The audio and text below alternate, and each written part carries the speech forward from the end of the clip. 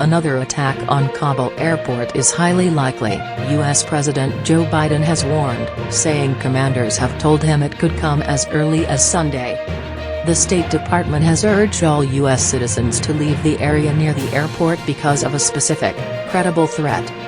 The U.S. is continuing evacuations, but the final UK troops, diplomats and officials have now left Kabul.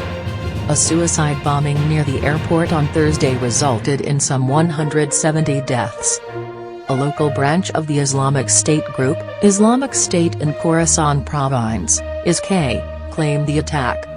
In retaliation, the U.S. carried out a drone strike on eastern Afghanistan late on Friday, saying it had killed two high-profile ISK members. The two are described as a planner and a facilitator.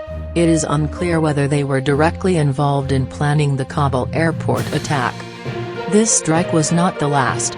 We will continue to hunt down any person involved in that heinous attack and make them pay, Mr. Biden said in a statement released on Saturday. ISK is the most extreme and violent of all the jihadist militant groups in Afghanistan and has major differences with the Taliban, who now control most of the country. It accuses them of abandoning the battlefield in favor of a negotiated peace settlement with the Americans. The Taliban condemned the air strike, saying the Americans should have consulted them first, a spokesman told Reuters news agency. The next few days of the U.S. evacuation operation are likely to be the most dangerous since it began, White House officials say. U.S. troops have begun their withdrawal from the airport. Their numbers are now down to 4,000, from a peak of 5,800 in the past week.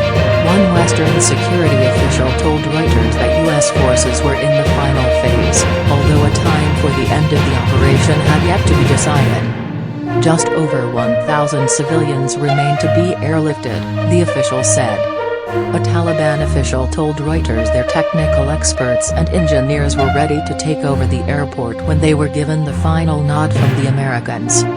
The Taliban have set up further layers of checkpoints around the airport and are not allowing most Afghans through, the Associated Press adds. In all, more than 110,000 people, both Afghans and foreign nationals, have been evacuated from Kabul airport since the airlift began 2 weeks ago. On Saturday, Italy's final flight from Afghanistan arrived in Rome. Italy said it had evacuated almost 5,000 Afghan citizens from Kabul, the highest number of any EU country. France said it had flown out more than 2,800 since 17 August, while Germany said it had taken about 4,000 Afghans. The head of the UK's armed forces, General Sir Nick Carter, said it was heartbreaking that they had not been able to rescue everyone. France and Britain will urge the UN to create a safe zone in Kabul to help evacuation efforts, French President Emmanuel Macron said.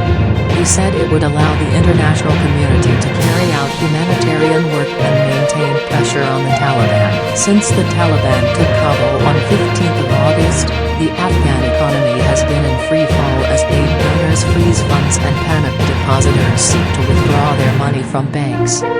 On Saturday, crowds of protesters gathered outside banks in the Afghan capital.